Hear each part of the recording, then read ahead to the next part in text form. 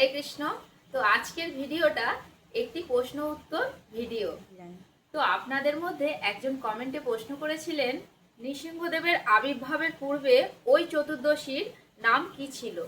নৃসিংহ চতুর্দশীর পূর্বে অর্থাৎ নৃসিংহদেবের আবির্ভাবের আগে সেই দিনটি ছিল নৃসিংহ চতুর্দশী তিথি, অর্থাৎ বৈশাখ মাসের শুক্লপক্ষের চতুর্দশী তিথি।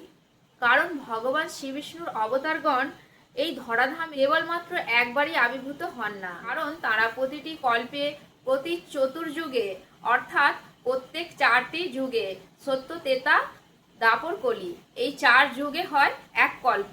তো এইরকম ভাবে প্রতি কল্পে তাদের লীলা পুনরাবৃত্তি করেন। সেই কারণেই শ্রী নৃসিংহদেবের আবির্ভাবের পূর্বে ওই তিথির নাম ছিল শ্রী নৃসিংহ চতুর্দশী তিথি।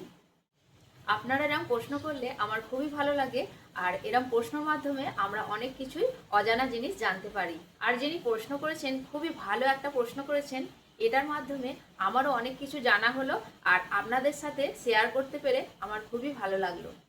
আর আপনাদের এরম প্রশ্ন থাকলে অবশ্যই কমেন্ট সেকশানে জানাবেন, আমি যথাসাধ্য প্রশ্নের উত্তর দেওয়ার চেষ্টা করব। হরে কৃষ্ণ।